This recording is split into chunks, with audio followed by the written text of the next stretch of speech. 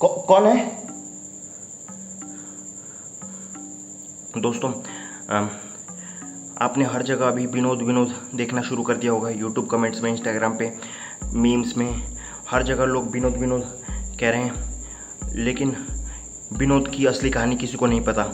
मैं विनोद की असली कहानी बताने आया हूँ, क्योंकि विनोद की असली कहानी जिसने भी बतानी चाहिए वो अब इस दुनिया में नहीं रहा।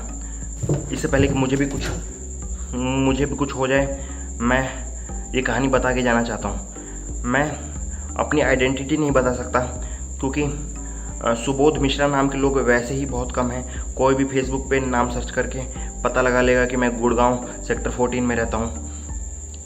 दरअसल मैं और विनोद बचपन के दोस्त थे। हम लोग लखनऊ में भैंस चराते थे, इसलिए हमारा पूरा बचपन भी पौंडीचेरी में बीता। विनोद पढ़ने लिखने में बहुत कमज़ोर था, इसलिए वो नासा चला गया।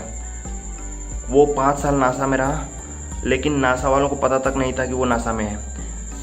उसकी इस खूबी की वजह से इंडियन गवर्नमेंट ने उसको रॉ में शामिल कर लिया, एजेंट बना लिया, और वो FBI के लिए काम करने लगा। विनोद को पाकिस्तानी लड़कियां बहुत पसंद थीं। वो किसी पाकिस्तानी लड़की को ही अपनी बंदी बनाना चाहता था, इसलिए उसको सीक्रेट मिशन पे पाकिस्तान भेज दिया गया, जहां ISI ने उसको बंदी बना लिया। वो तो इंडियन एम्बेसी के बहुत कहने पे पाकिस्तान उसको रिलीज़ करने पे राज़ी हुआ। उसके रिलीज़ से एक दिन पहले इमरान खान ने उसको टॉरेंट पे लीक कर दिया और चाइना भेज दिया।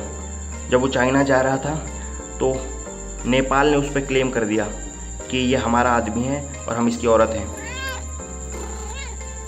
उसके बाद से वो कई देशों के कब्जे में रहा। फिर वो कहीं कैंची साइकिल चला के भाग गया, और उसके बाद उसको दुनिया के अलग अलग देशों में देखा जाता है, ऑब्जर्व किया जाता है इंटेलिजेंस एजेंसीज द्वारा। उसे आखिरी बार 2018 में इस्तांबुल में केले लेते हुए देखा गया है। उसके हाथ कुछ ज़रूरी दस्तावेज लग चुके हैं, जो बाहर आ जाने पे बहुत लोग अंदर हो जाएंगे।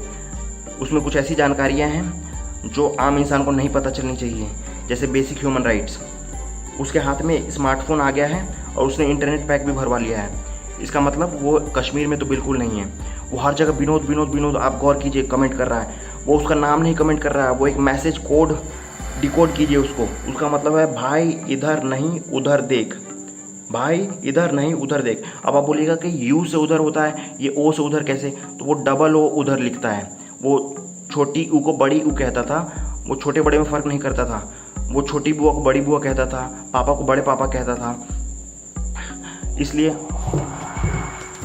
अब भाई इधर नहीं उधर देख, आप इस मैसेज को पढ़िए। इसका मतलब कि हम उसे जिधर ढूंढ रहे हैं उधर वो है नहीं, या वो जिधर है उधर हम ढूंढ नहीं रहे हैं, या वो सिर्फ इधर उधर की बातें कर रहा है साला। जो भी है, इंटेलिजेंस एजेंसीज ने उसके कमेंट को कॉपी करके ढेर सारे वैसे कमेंट्स बना के हर जगह फैला दिए हैं, ताकि उसका कमेंट कहीं दब जाए और वो एक मीम ट्रेंड बन जाए, और लोग उस इशू के बारे में ना सोचें, उस असली कमेंट के बारे में ना सोचें जो उसने किया था। दरअसल वो अपने आप को बचाना चाहता था, और हम लोग इस सीरियस इशू को मजाक बना रहे हैं। भले ही इस पे हंसी आ रही है, लेकिन ये एक सीरियस इशू है।